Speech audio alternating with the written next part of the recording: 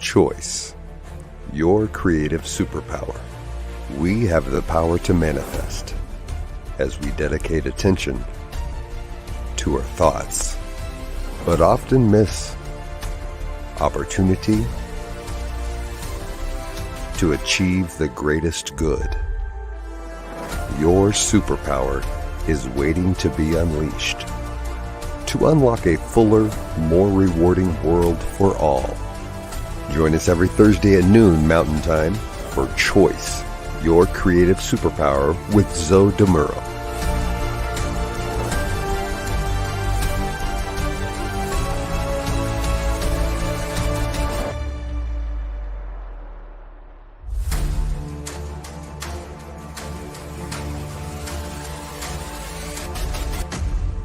And now, here's Zoe.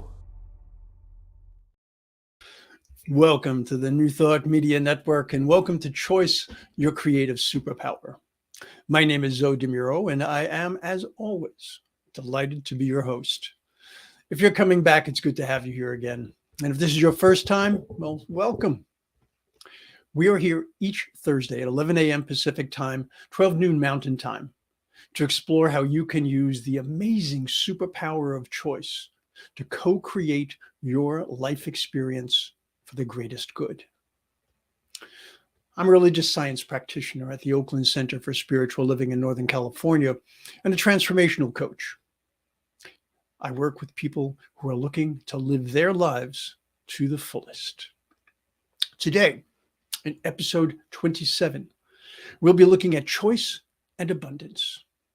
Now, an obvious question might very well be, well, doesn't everyone choose abundance?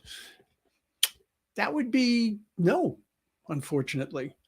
The sad fact is, many of the world's problems can be traced directly to the choice of scarcity rather than abundance. Now, obviously, no one sits there and says, no, I absolutely do not want abundance. Give me scarcity any day. What does happen, though, is that many times we make choices which either deny abundance, reinforce a sense of scarcity, or we simply don't see abundance where it exists. I get it. We live in a global economy where there is tremendous poverty. And I understand that when we speak of poverty, it's far more debilitating than you might imagine. Here's how the United Nations defines it. It said, poverty entails more than the lack of income and productive resources to ensure sustainable livelihoods. Its manifestations include hunger and malnutrition, limited access to education and other basic services, social discrimination and exclusion, as well as the lack of participation in decision-making.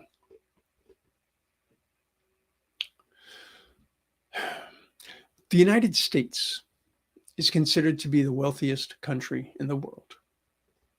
And yet, there are various studies that show that 90% of individuals say that money has an impact on their stress level.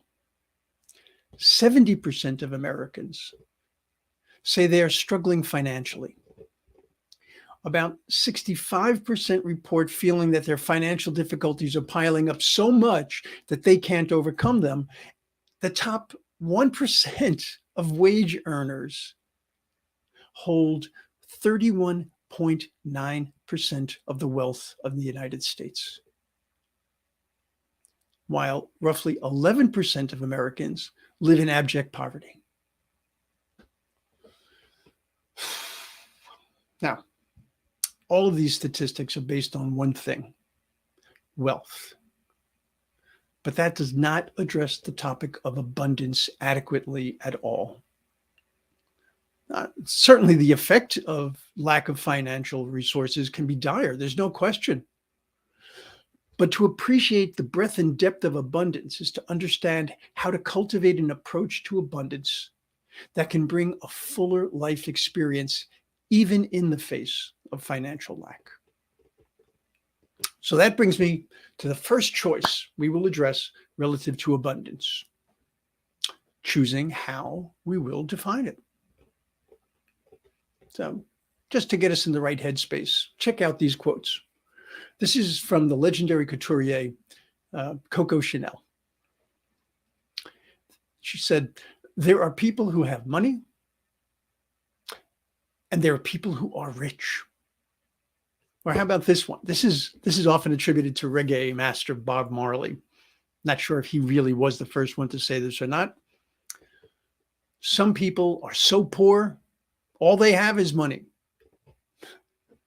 Love that one. Even though it's not uncommon to see abundance and wealth used interchangeably, there is a world of difference between these two.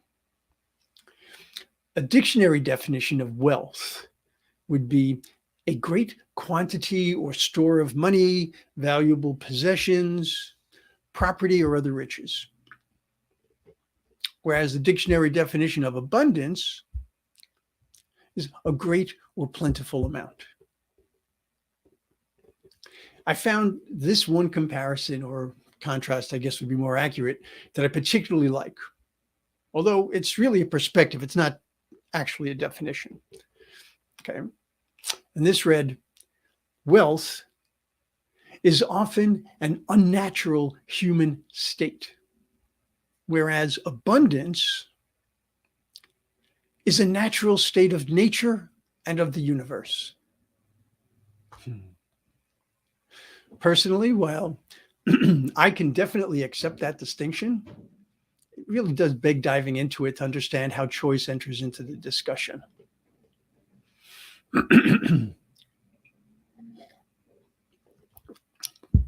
The unnaturalness of wealth is pretty much self-evident. If everyone were wealthy, the term would have absolutely no meaning at all. So it's a state that has to be either worked towards or accepted, depending on whether you have built your wealth or received it as a prize or an inheritance,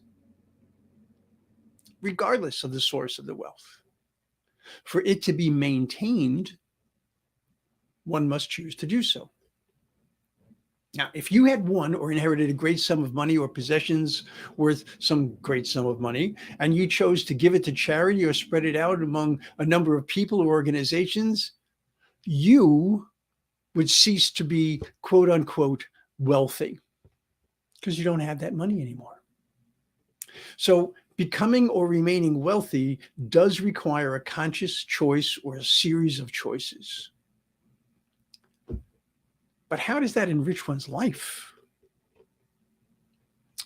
I think the more you choose to hold on to wealth, the more restrictive your life becomes in some ways.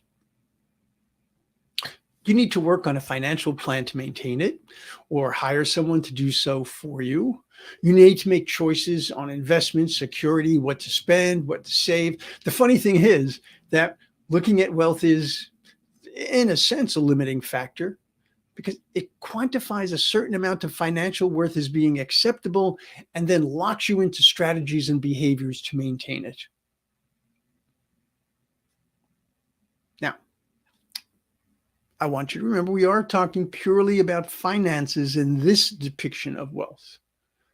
As soon as we step beyond finances, beyond money or possessions, we open ourselves up to something that's much broader, much more far-reaching, and just possibly much more rewarding. So let's talk about what abundance really is.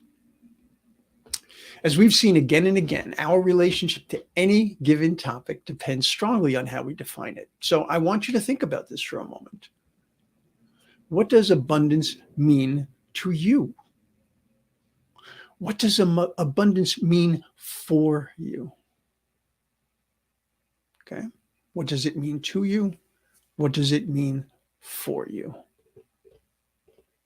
Now, clearly, I'm looking for something that goes beyond finances. But even if we stick purely to finances, abundance can look very different from person to person, and not surprisingly, different for the same person, depending on any number of circumstances. What I am suggesting right here, right now, is for you to choose your definition. Okay, now you don't have to choose it right now. But I do want you to think about this. I want you to really work your way through this. Now, for the sake of argument, let's say Harry may see abundance as having enough money to pay his bills without having to go to his credit cards or savings. While Phil might see abundance as having a nest egg he can retire on. Meg might see abundance as having so much money that she never needs to think about what she's spending, while Julie might see it as being able to consistently stay within her budget. So even though I see abundance as being something that extends far beyond finances, I have to say that, when we look at each of these four people, we can see that abundance is going to affect their choices significantly, even talking purely about finances. But the decisions around the finances affect many other aspects of their life. So what will Meg be willing to forego at this point in time to build this great wealth as she goes forward? What will she be willing to do to build it? Or not do? Will she forego vacations? Will she take a job that pays really, really well, despite the fact that she absolutely despises doing that particular type of work? Will Harry weigh each potential purchase to determine if it's truly a worthwhile expense? And will he be willing to put aside the money he needs until he's pulled together enough for his purchase? These are all choices driven by their specific personal definition of abundance. Now, we could allow this conversation to be simply a financial dissertation on budgeting, investing, planning, but let's go past that. Let's go back to that statement that abundance is a natural state of nature and of the universe. I think that we would be hard-pressed to deny the abundance that we see in nature itself. If you were to look at how many grains of sand there are on Earth, or the number of trees, or the number of stars in the universe, you would need to speak in terms of billions to trillions to sextillions. I love this word, sextillion. I didn't even know this word existed. A sextillion is a billion billions. It just doesn't get more abundant than that. Oh, maybe the reality is that we don't truly know how big the universe actually is. We don't even know if there is such a thing as a multiverse. So those numbers could even be smaller than what is possible. The simple fact is that our human consciousness, while it can become obsessed with the idea of what I'll call physical abundance, it has no way of empirically defining it. Okay, so let's take a step in a different direction, talking about abundance from a metaphysical perspective. In the book, Staying on the Path, Dr. Wayne Dyer notes that the secret of abundance is to stop focusing on what you do not have and shift your attention to an appreciation of all that you are and all that you do have.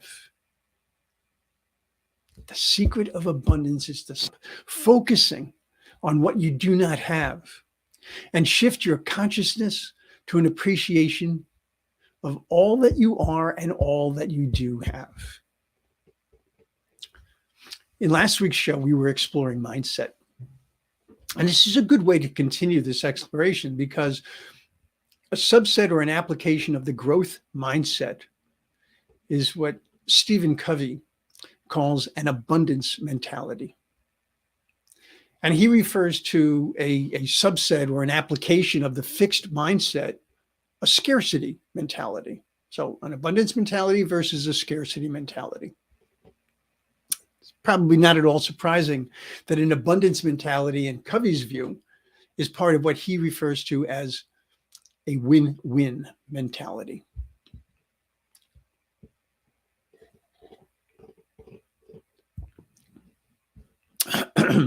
Garrett Gunderson says it this way, using slightly different wording, but the same perspective. He says, life is always a win-lose proposition to those in the scarcity paradigm. Now, let's face it, folks, most of life would be better lived with a win-win mentality, because choosing an abundance mentality opens life up in an impressive way to many possibilities would likely go unnoticed by those with a scarcity mentality. Now, I know I'm coming back to this, but even if you're fixated on the financial aspect of abundance because of what's going on in your current financial circumstances, maintaining an abundance mentality extends into our lives in so many ways.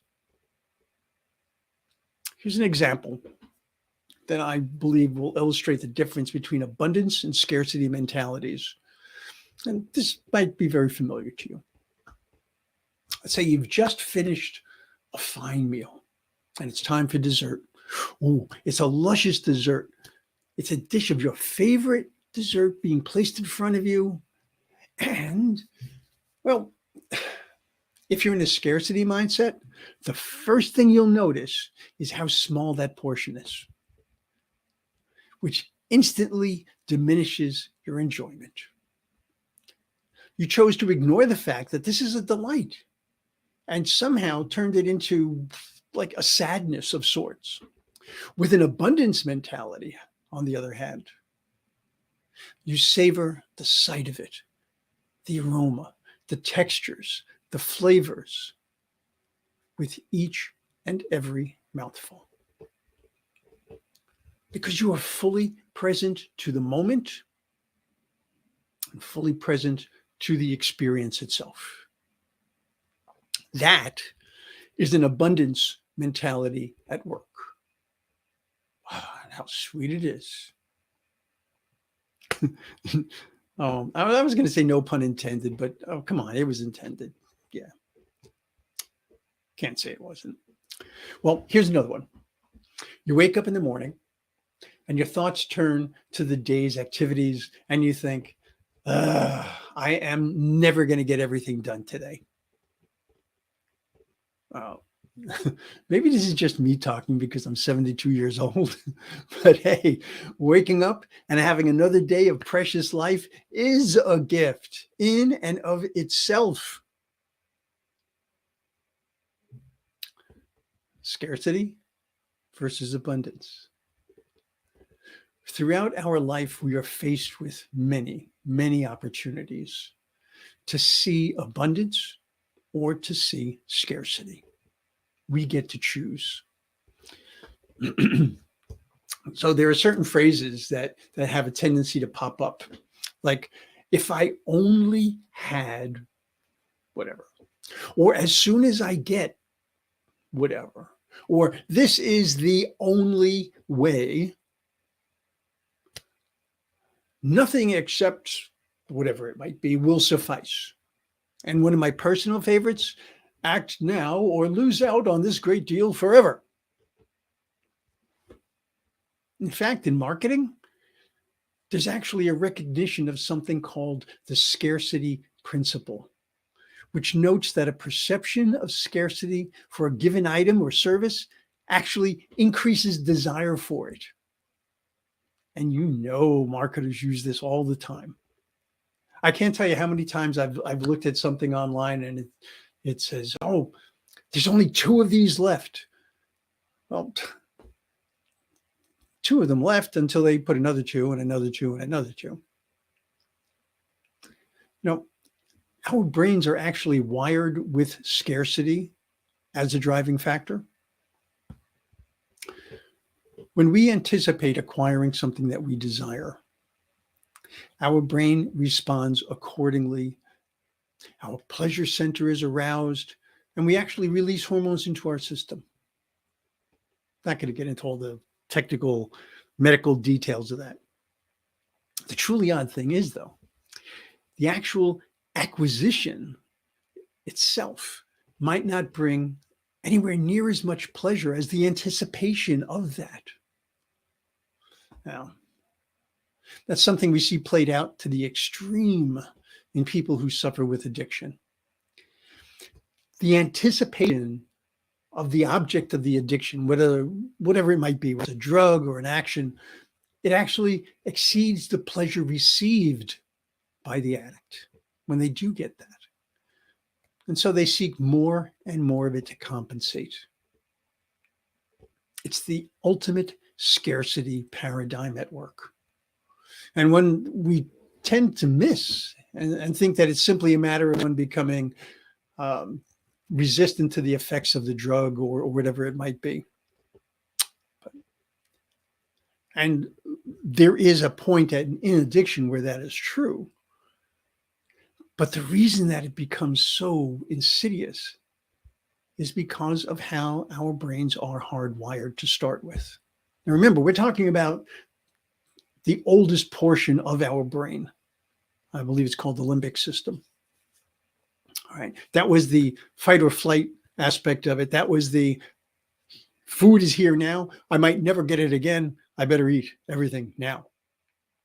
All right. That whole scarcity mentality was necessary at one point in our existence, but we have developed beyond that. Choosing to employ an abundance mentality as often as possible is absolutely going to open us up to greater possibilities. But it does come with responsibilities of its own. Just because I believe that the world is actually an abundant place, well, that is true. But think of all the food we produce on this planet and all the hunger that exists. According to studies, the world already produces more than 1.5 times enough food to feed everyone on the planet. That's enough to feed 10 billion people, which is pretty much where we think where the population is going to go by about 2050. But people making less than $2 a day, and there are many of them in our world, people making less than $2 a day, most of whom are resource-poor farmers cultivating what are actually unviably small plots of land. They can't afford to buy that food. Hunger is caused by poverty and inequality, not scarcity. To make the world truly an abundant place, looking at just this one very, very crucial aspect of life itself. I mean, food. How much more crucial can we possibly get? Well, water. But this requires action. It requires choosing to bring that abundance to everyone. Choosing not to hoard, but to provide for others in need. Choosing not to waste, but to be efficient and honor our resources.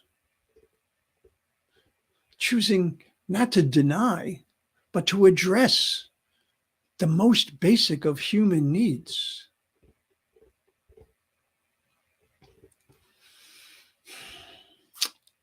And that is the key lesson,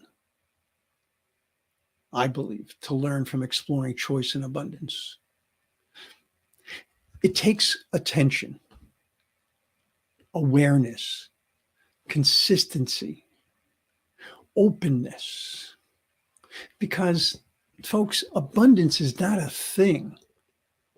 It's not a condition. It's a mindset. It's a mentality. It's a perspective. It is literally a way of life. When you choose abundance, you are choosing to be more present to the moment. When you choose abundance, you are choosing to appreciate what you have, to appreciate who you are.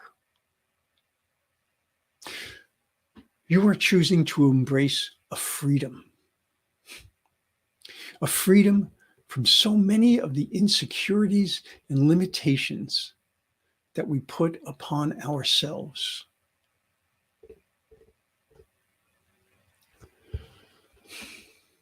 When you choose abundance, you are choosing the way of nature. You are choosing the way of creation. You are choosing the way of divine right action.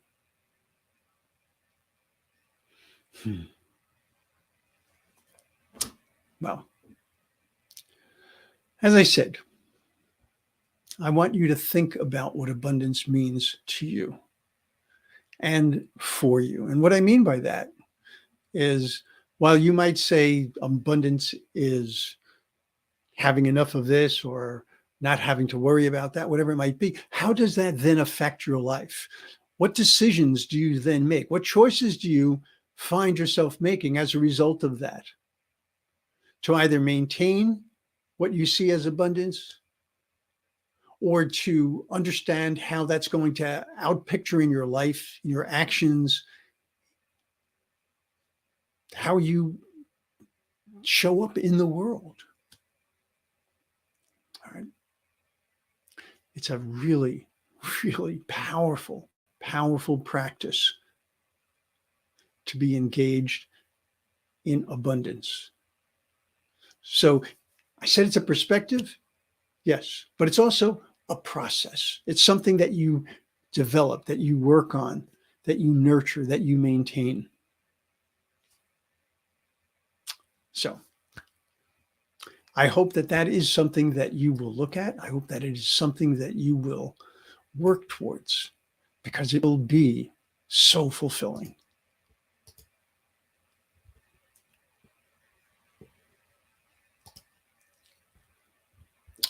Hey, Tom.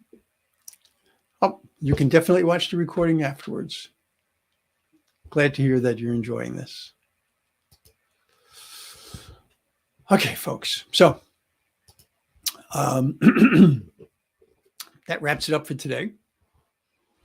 If you would be willing to share your thoughts and feelings about choice and abundance, hey, be generous. Email me. I would love to hear from you. You can email me at zodimuro@gmail.com.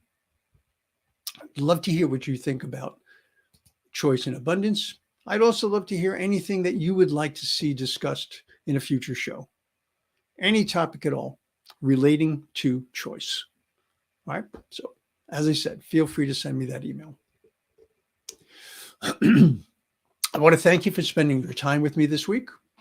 And I encourage you to look around New Thought Media. So go to ntmedia.org and see what we have going on, because there's a lot. There's prayer, there's meditation, there's so many different fantastic discussions with ministers and practitioners and authors and musicians. Yes, we even have music, by the way. New Thought Music is available at ntmedia.org/listen. There's over 40 hours of programming each and every week, and more to come. Today, for example, 12 noon Pacific time, that's 1 p.m. Mountain time. Check out Finding the Joy in the Journey with one of my absolute favorite people on this planet, the radiant Reverend Gina Colvario Krupka.